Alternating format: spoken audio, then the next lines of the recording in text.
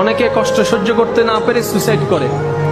যে সুইসাইড করে, বিষ খায়, ঘুমের ওষুধ খায়, কিংবা অন্যান্য পথ অ্যাপ্লাই করে, যখন ফাঁসিতে সে ঝুলে যায়, ফাঁসির মাধ্যমে সুইসাইড করতে গেলে তার আবেগটা, তার কষ্টটা যখন তার ভিতরে আউট অফ কন্ট্রোল শয়তানে বানিয়ে ফেলে, সে আউট অফ কন্ট্রোল হয়ে যায়, তখন সে নিজের হাতে দড়ি বাঁধে, তখন কিন্তু সেন্স কাজ করে না। যখন সে এটাকে রাউন্ড করে তখন সেন্স কাজ করে না। যখন সে ঝুলাই দেয়, গলার মধ্যে লাগায়, তখনও সেন্স কাজ করে না।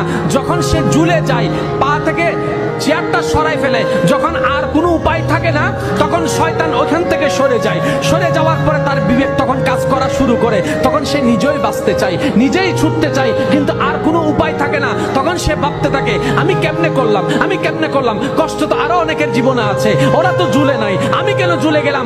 এই জন্য ভাইয়েরা, শয়তান থেকে সবসময় সাবধান থাকতে হবে। তাকে কখনো লাই দেওয়া যাবে না, পাত্তা দেওয়া যাবে না। সে আসার আগে রাস্তাটা বন্ধ করে দিতে হবে। এটাই হচ্ছে ইমানদারের কর্তব্য।